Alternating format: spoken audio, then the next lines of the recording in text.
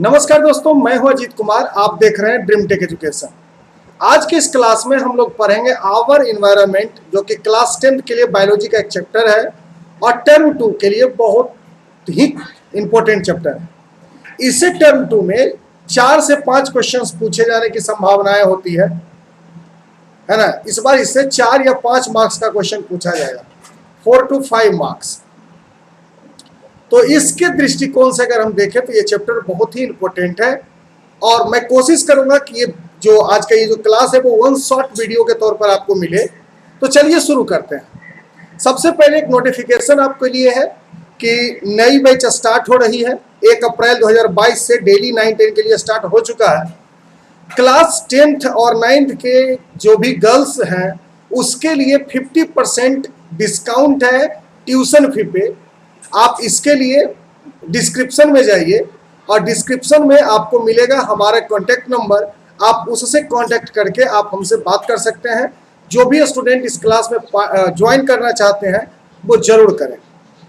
पिछले 5 सालों से मैं बोर्ड परीक्षाओं में अच्छा रिजल्ट देता आ रहा हूं और ये किस तरीके का क्वालिटी मैं देता हूं, इसके साथ साथ आपको वीडियो लेक्चर्स और नोट्स ये दोनों प्रोवाइड करता हूं मैं ऑफलाइन क्लासेस में। तो जो भी बच्चे इंटरेस्टेड है वो जरूर हमसे कंसल्ट करें। अगर आप अपने 10th का रिजल्ट सुधारना चाहते हैं, जो कि हमारे जीवन का पहला रिजल्ट होता है, अगर आप इसको अच्छे से सुधारना चाहते हैं तो जरूर से जरूर ज्वाइन करो। मैं यही रिकमेंड करता हूं और 1 अप्रैल 2022 से ये क्लासेस ऑलरेडी चालू हो चुके हैं। क्लास 10th के लिए जो बैच है, क्लास 10th के लिए जो बैच है वो 4 बजे शाम से लेकर के है ना 5 बजे तक है और क्लास 9th के लिए 3 से लेकर के 4 तक का बैच है ना। ये 2 बैचेज अभी चल रहे हैं। तो मैं आप लोगों को यही सजेस्ट करता हूं कि जितना जल्दी से जल्दी हो सके आप ज्वाइन करें इस क्लास को। चलिए अब आगे वीडियो शुरू करते हैं। सबसे पहले हमें पढ़ना है व्हाट इज इन्वायरमेंट। देखो, इन्वायरमेंट का मतलब क्या होता है, ये इन्वायरमेंट क्या चीज है। तो हमारे आसपास में जो भी सराउंडिंग है, चाहे वो लिविंग ऑर्गेनिज्म हो चाहे वो नॉन लिविंग ऑर्गेनिज्म हो, ये सभी एक दूसरे पर इंटरडिपेंडेंट है।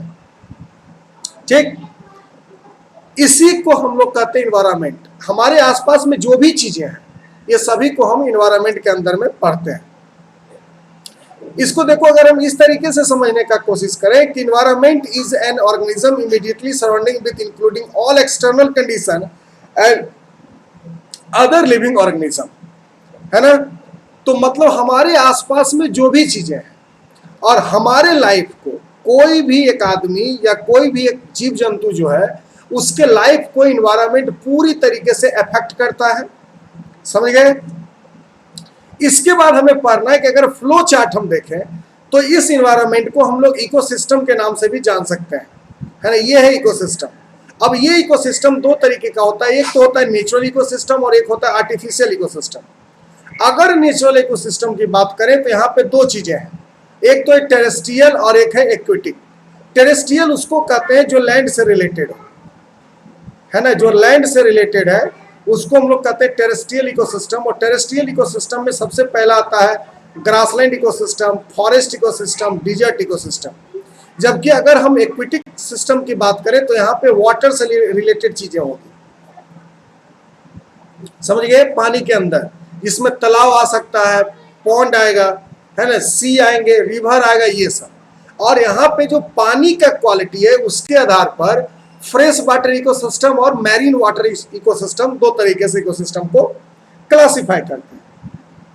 ठीक, अब अगर हम लोग बात करें कि सबसे पहला तो सर ये जो आर्टिफिशियल इकोसिस्टम है ये क्या है, तो यहाँ पे आपको देखने को मिलेगा ये जो आर्टिफिशियल इकोसिस्टम है इसको अगर हम समझने का कोशिश करें तो इसमें आपको मिलेगा क्रॉप फील्ड, है ना। उसके बाद यहाँ पे मिलेगा एक्वेरियम, गार्डन, एग्रीकल्चरल फील्ड,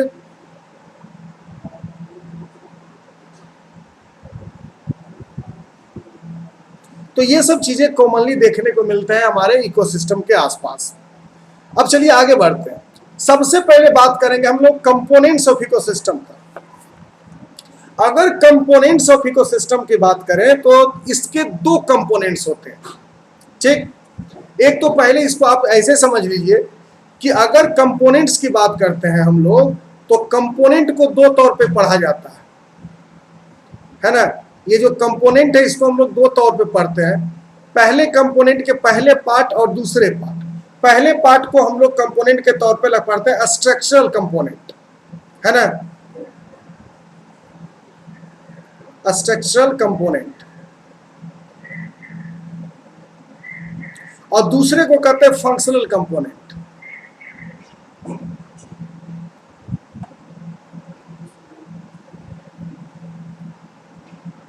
पहले को कहा जाता है स्ट्रक्चरल कंपोनेंट और दूसरे को कहा जाता है फंक्शनल कंपोनेंट। अगर स्ट्रक्चरल कंपोनेंट की बात करते हैं तो इस पे दो चीजें काम करती हैं,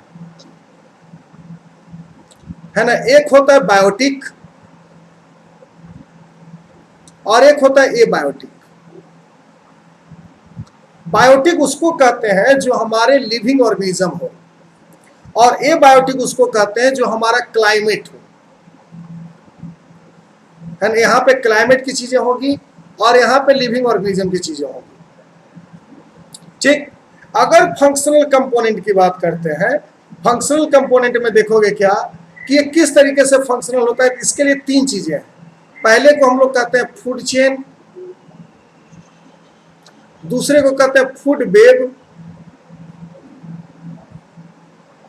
ठीक, और तीसरे को कहते हैं न्यूट्रिशन।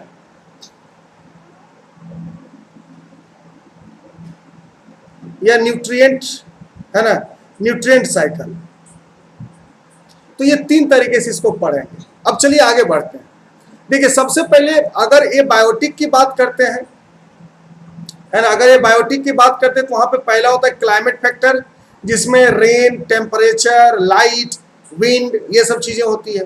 और दूसरा होता है इडेप्थिक फैक्टर, जिसमें होता है सॉइल, पीएच, मिनरल, टोपोग्राफी, ये सब चीजें। अगर बायोटिक फैक्टर की बात करें तो बायोटिक फैक्टर को तीन भागों में बांटा जाता है। पहले को हम लोग कहते हैं प्रोड्यूसर, दूसरे को कहते हैं कंज्यूमर और तीसरे को कहते हैं डिकम्पोजर।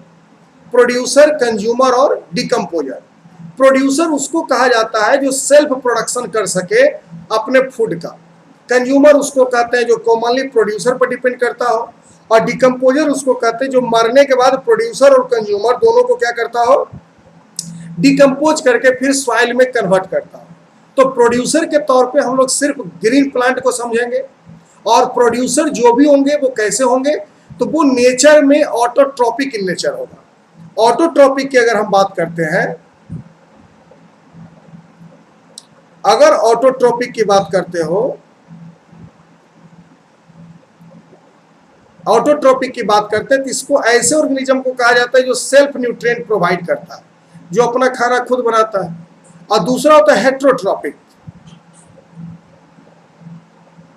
हेट्रोट्रॉपिक इसको कहा जाता है जो अपने फूड के लिए दूसरे पे डिपेंड रहता है ना, डिपेंड्स अपॉन अनदर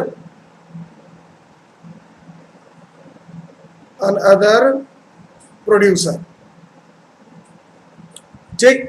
तो वो दूसरे प्रोड्यूसर पर रहते हैं डिपेंड फूड के लिए। तो प्रोड्यूसर कॉमनली ऑटोट्रॉपिक होता है। कंज्यूमर की अगर हम बात करें तो कंज्यूमर को 4-5 कैटेगरी में बांटा जाता है।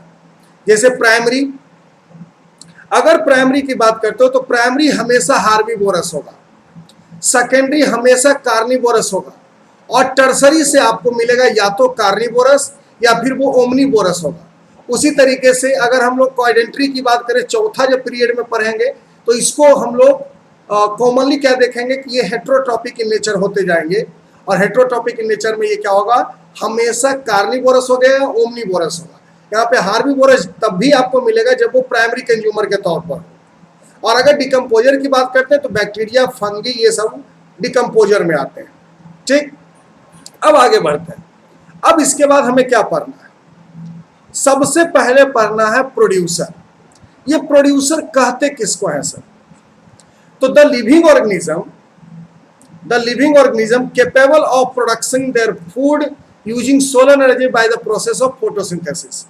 फोटोसिंथेसिस करके जो अपना भोजन खुद बना लेता हो उसको हम लोग कहते हैं प्रोड्यूसर। ये जो प्रोड्यूसर होंगे ये कॉमनली क्या होते हैं सर, ये अपना जो खाना है वो अपना तो यूटिलाइज करते ही करते हैं, साथ ही साथ कुछ स्टोर करते हैं जो कि उसको कंज्यूमर या डिकम्पोजर उसको अपने जीवन में यूटिलाइजेशन में लाता है। ठीक, इसके बाद एक टर्म पढ़ना है कंज्यूमर, इसको माइक्रो कंज्यूमर भी कह सकते हैं, जो छोटे छोटे कंज्यूमर होते हैं। अब ये ऐसे ऑर्गेनिज्म होते हैं जो अपना खाना नहीं बना सकते, ठीक, लेकिन खाने के लिए डायरेक्टली या इनडायरेक्टली किसी दूसरे प्रोड्यूसर पर या किसी दूसरे कंज्यूमर पर डिपेंड रहता है। ठीक, अब देखोगे क्या कि कंज्यूमर में कॉमनली क्या होता है कि कंज्यूमर को तीन भागों में हम लोग बांटते हैं, हार्बीवोरस, कार्निवोरस और ओमनीवोरस, और एक होता है डिकम्पोजर। ये जो डिकम्पोजर होते हैं वो कॉम्प्लेक्स मॉलिक्यूल्स को तोड़ के स्मॉलर मॉलिक्यूल्स में लाते हैं और ड्राइव एनर्जी को ड्राइव करते हैं, या फिर जो वेस्टेज है उसको रिसाइकलिंग करके सॉइल के न्यूट्रिशन को इंक्रीज करते हैं। ठीक, तो तीन तरीके का टर्म था, प्रोड्यूसर, कंज्यूमर और डिकम्पोजर। अब अगर हम लोग बात करें कि ये देखिए हमारा प्लांट है,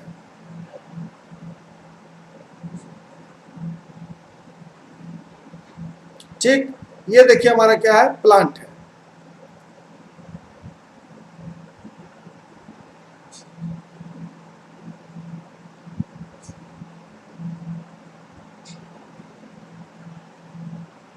ये प्लांट होते हैं ऑटोट्रॉपिक इन नेचर।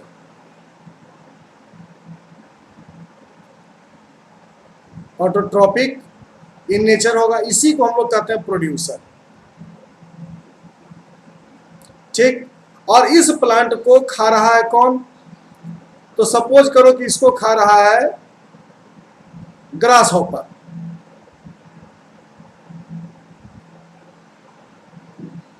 इसको खा रहा है ग्रास हॉपर, तो ग्रास हॉपर यहां पे क्या हो जाएगा, कंज्यूमर हो जाएगा। और इसी तरीके से आगे इस फूड चेन को और बढ़ाते जाइए तो ग्रास हॉपर को खाएगा कौन, फ्रॉग, तो ऐसे हालत में ये हो जाएगा सेकेंड कंज्यूमर। फ्रॉग को खाएगा कौन, स्नेक, स्नेक जो है हमारा वो थर्ड कंज्यूमर है। इसी तरीके से इसको बढ़ाते जाएंगे। ठीक, चलिए अब बात करते हैं हम लोग किसका, तो अगर हम लोग यहां देखें तो क्या पता चलेगा सर, पहले तो देखो, तो ये क्या है, जो प्रोड्यूसर होगा, कंज्यूमर होगा और डिकम्पोजर होगा।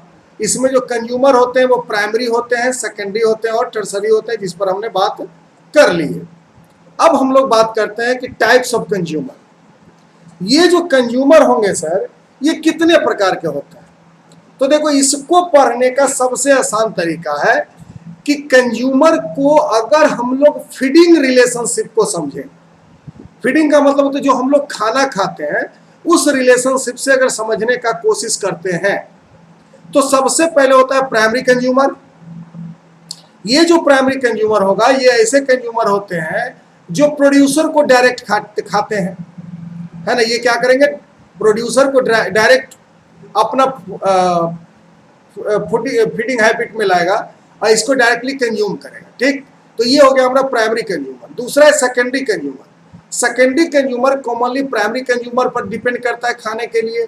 उसी तरीके से टर्सरी जो है वो हमेशा सेकेंडरी पर, क्वाड्रेटरी जो है वो हमेशा टर्सरी पर। तो इस तरीके से कंज्यूमर बढ़ते जाएंगे। जैसे देखिए ये यहाँ पे प्लांट है ना, ये प्लांट है। प्लांट को कौन खा रहा है, ये देखो प्राइमरी कंज्यूमर हो गया इंसेक्ट्स। इसको कौन खा रहा है, फ्रॉग, ये सेकेंडरी कंज्यूमर है। फ्रॉग को खा रहा है स्नेक, तो इसको कहते हैं टर्सरी कंज्यूमर। और इसको खा रहा है ईगल, तो इसको कहते हैं क्वाड्रेटरी कंज्यूमर।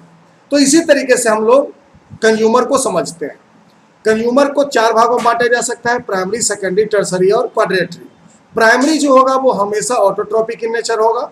सेकेंडरी जो होगा वो हमेशा कैसा होगा, वो हेट्रोट्रॉपिक होगा और हार्बीवोरस होगा। सॉरी, प्राइमरी जो है वो हार्बीवोरस होगा, सेकेंडरी जो है वो कार्निवोरस होगा, इस तरीके से। अब देखिए क्या है कि अब हम लोग समझेंगे प्रोसेस ऑफ ईटिंग या बीइंग ईटेन अप, कौन किसको खा रहा है। अब कौन किसको खा रहा है इसको अगर आप समझिए तो यहाँ पे देखिए फूड चेन का एग्जाम्पल दिया गया है। ये देखिए फूड चेन में सबसे पहले प्रोड्यूसर है, प्लांट है, इसको फैक्टर मिला क्या क्या, रेन, सॉइल, टेम्परेचर, और ये अपने आप को डेवलप किया। इसको खाया ग्रास हॉपर, इसको खाया फ्रॉग, इसको खाया स्नेक, इसको खाया वल्चर, और ये डिकम्पोज होकर के बना फंगी। ठीक, तो इस तरीके से हमेशा फूड चेन के माध्यम से एक ऑर्गेनिज्म सब पे डिपेंड होते हैं। इसीलिए हमारे धर्म ग्रंथों में कहा गया है जीवो जीवस्य भोजनम, प्रत्येक जीव एक दूसरे जीव का क्या होता है, भोजन होता है। ठीक, चलिए अब आगे बात करते हैं हम लोग कि ये जो ईटिंग अप वाला मेथड है ये दो तरीके से होता है। एक तो होता है साइक्लिक और एक होता है स्ट्रेट लाइन। अब पिछले जो वीडियो, पिछला जो स्लाइड था उस पर हमने बात किया था किसका, साइक्लिक का। अब हम लोग स्ट्रेट में देखेंगे तो इसी को स्ट्रेट में इस तरीके से दिखा सकते हैं कि ये ग्रास है सर, इसको ग्रास हॉपर खा रहा है, ये स्नेक है, ये ईगल है, ये जब मर जाएगा तो डिकम्पोज होगा फंगी, और ये न्यूट्रिशन फिर चला जाएगा ग्रास में बाई सॉइल, है ना। तो इस तरीके से ये साइकिल हमेशा रोटेट करते रहता है, primary consumer, secondary consumer, tertiary consumer, fourthary consumer या क्वाड्रिलेटरी कंज्यूमर, और इसको सब डिकम्पोज करके फिर से क्या करेगा, फंगी डिकम्पोज करेगा, और डिकम्पोज करने के बाद हम लोग इसको क्या करेगा, जो न्यूट्रिशंस होगा, जो उसके लार्ज मॉलिक्यूल्स है उसको स्मॉल मॉलिक्यूल्स में तोड़ेगा, और फिर मिट्टी में वो मिक्स हो जाएगा, और मिट्टी में मिक्स होकर के फिर उसको प्रोड्यूसर क्या करेगा, यूज कर लेगा। अब देखिए होता क्या है कि कॉमनली हम लोग अभी तक जो समझे हैं वो क्या है कि एक प्रोड्यूसर है ना, एक प्रोड्यूसर है, और इसको हम लोग यूनिडायरेक्शनल खींच रहे हैं। यूनिडायरेक्शनल मतलब एक ही डायरेक्शन में चल रहा है, प्रोड्यूसर से कंज्यूमर, कंज्यूमर से डिकम्पोजर। तो इस तरीके का जब साइकिल बना हुआ हो तो इसको हम लोग कहते हैं फूड चेन। जबकि ये जरूरी नहीं है कि हमेशा यूनिडायरेक्शनल ही हो, ये मल्टी डायरेक्शनल भी हो सकता है, और जब मल्टी डायरेक्शनल चीजें होने लगे तो उसको हम लोग कहते हैं फूड वेब। देखिए यहाँ पे ये क्या है, मल्टी डायरेक्शनल है। जैसे अगर ग्रासेस की बात करते हैं, ये ग्रास है आपका, तो इसको माउस भी खा रहा है, ग्रास हॉपर भी खा रहा है, और रैबिट भी खा रहा है। ठीक, इस रैबिट को डायरेक्ट ईगल भी खा रहा है, फॉक्स भी खा रहा है, इस माउस को डायरेक्ट फॉक्स भी खा रहा है, ईगल भी खा रहा है, आउल भी खा रहा है। उसी तरीके से इस ग्रास हॉपर को बर्ड भी खा रहे हैं, फ्रॉग भी खा रहा है, फ्रॉग को स्नेक भी खा रहा है, और आउल भी खा रहा है। तो इस तरीके से हमको दिखेगा क्या कि एक्चुअली में जो एग्जिस्टिंग है सर, वो प्रोड्यूसर से डिकम्पोजर के बीच का जो रास्ता है वो हमेशा यूनिडायरेक्शनल नहीं होता, ये मल्टी डायरेक्शनल भी हो सकते हैं।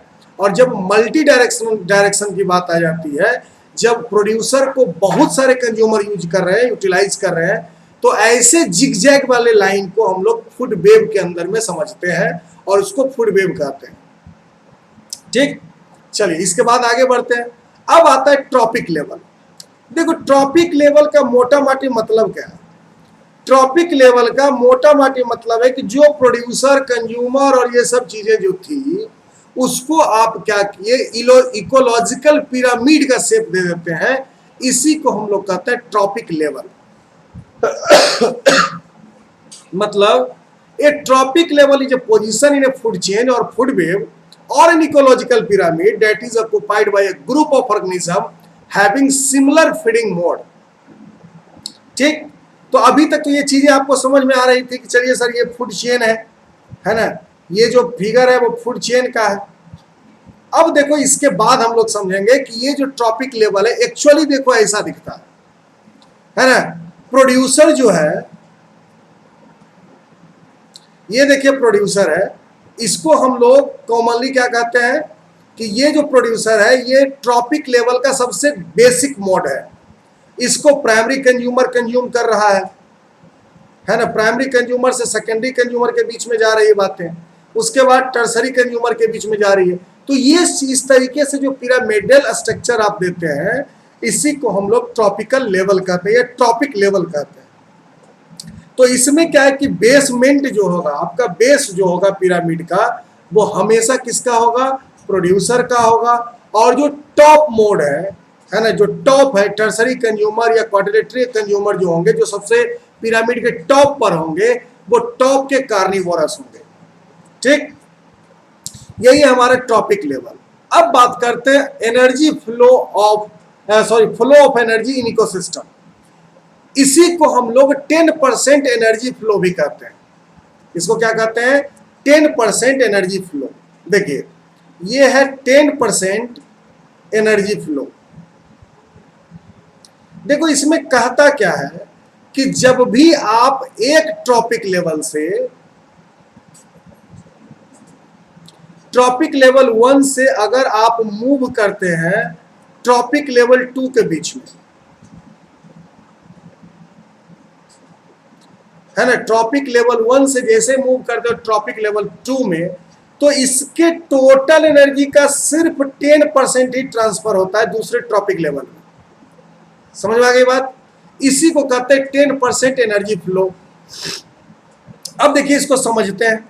ये जो नीचे बेसमेंट जो हमने लिया है, ये बेसमेंट किसका है? तो प्रोड्यूसर का है सर, और प्रोड्यूसर के पास 100% एनर्जी है। अब ये जब प्रोड्यूसर यहां से मूव करता है ऊपर की ओर, तो आपको क्या पता चलेगा कि 10% से सिर्फ जो फर्स्ट कंज्यूमर है या जिसको हम लोग प्राइमरी कंज्यूमर कहते हैं, उसको सिर्फ 10% एनर्जी मिल रहा है। इससे आगे बढ़िएगा तो फिर 10% का 1% हो जाएगा, फिर देखो 0.1% हो गया।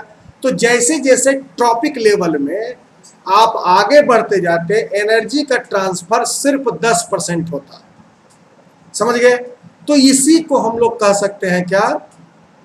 Flow of energy in ecosystem. अब इसको ऐसे समझिए, देखिए ये आपका प्रोड्यूसर है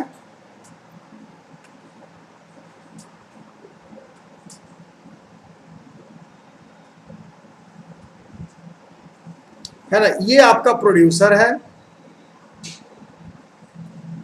प्रोड्यूसर से जब आगे बढ़ोगे, प्रोड्यूसर क्या होगा? ये प्लांट है, ऐसे समझ लेते हैं। ये आपका प्राइमरी कंज्यूमर है। प्राइमरी कंज्यूमर में हम लोग ले लेते हैं किसको? ग्रास हॉपर को।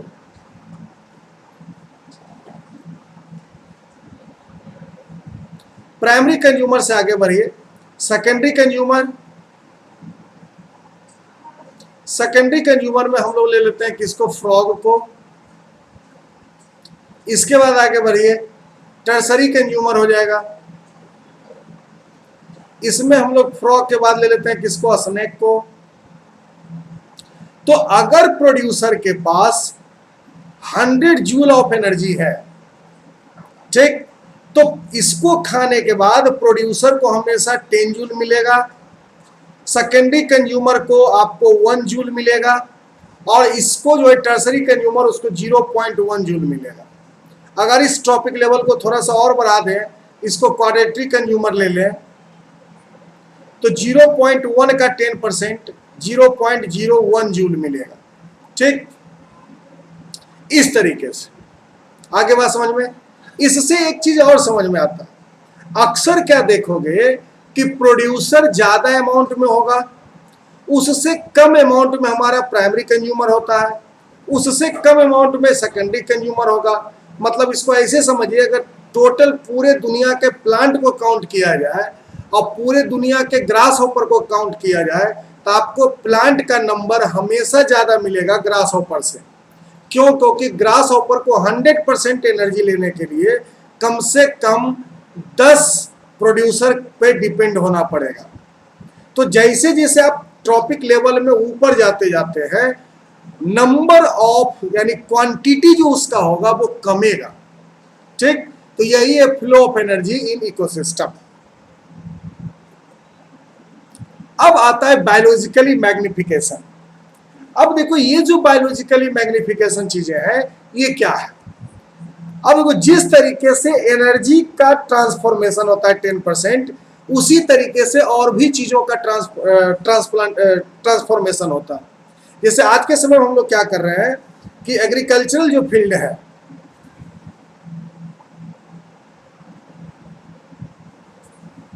ना, एग्रीकल्चरल जो फील्ड है, यहाँ पे एक चीज आपको देखने को मिलेगा कि आजकल हम लोग पेस्टिसाइड का खूब यूज करते हैं, जैसे डीडीटी का यूज कर रहे हैं।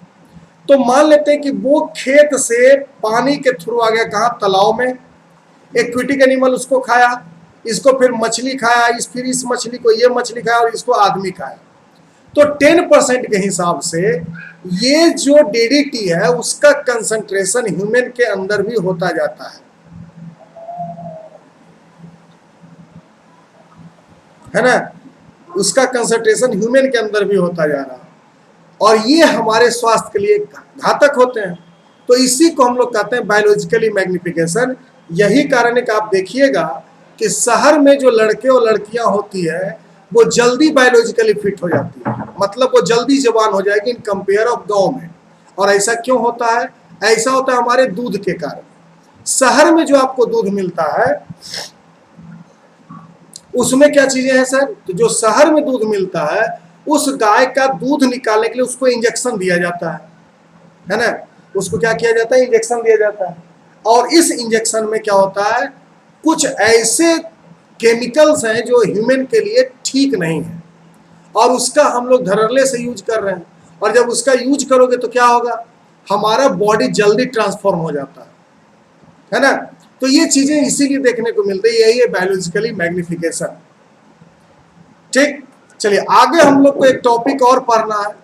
यहाँ पे भी देख सकते हो है ना कि बायोलॉजिकली मैग्निफिकेशन कैसे काम कर रहा है।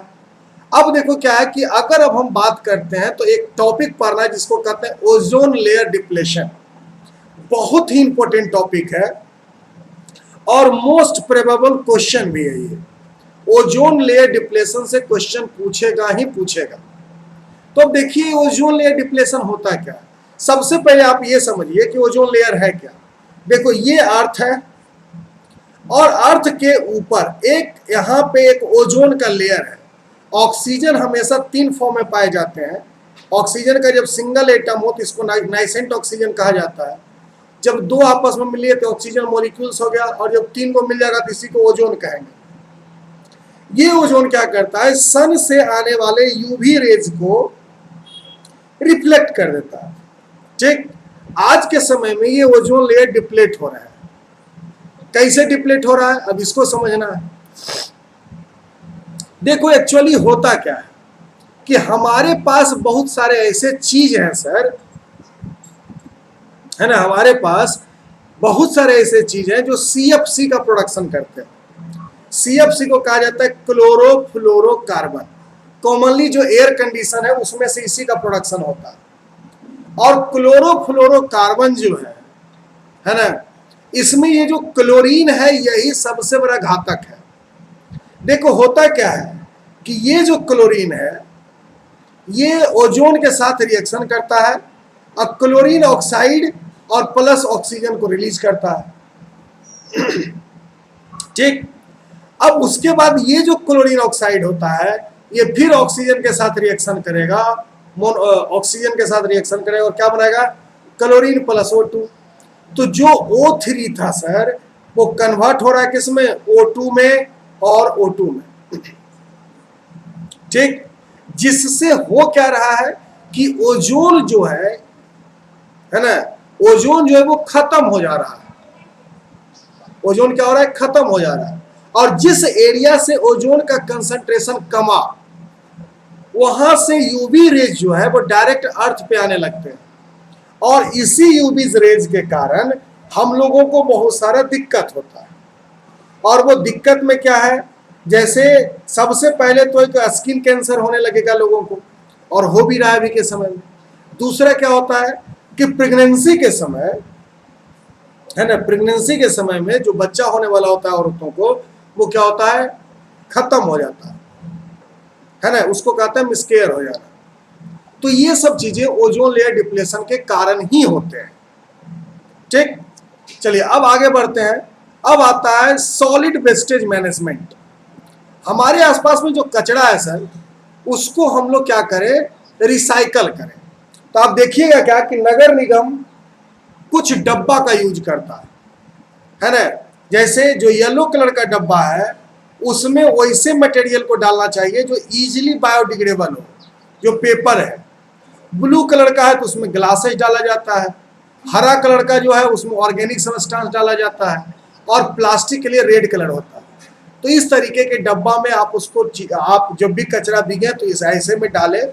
नगर निगम उसको क्या करेगा कि उसको अलग तरीके से रिसाइकल करेगा, और इस तरीके से हम लोग सॉलिड वेस्टेज मैनेजमेंट को समझ सकते हैं। और जितना कोशिश करें कि सॉलिड वेस्टेज जो सॉलिड वेस्टेज है वो कम करें, इसके लिए RRR का यूज कीजिए, रिसाइकल, रीयूज और रिड्यूस, है ना। तो ये सब चीजों का यूज करना चाहिए। चलिए आज के क्लास में इतना ही, फिर हम अगले वीडियो लेकर के आएंगे। आपको अगर किसी टॉपिक पर वीडियो चाहिए तो कमेंट सेक्शन में जरूर लिखिए। अगर ये वीडियो आपको अच्छा लगा हो तो लाइक जरूर करें और अपने दोस्तों के बीच में शेयर करें।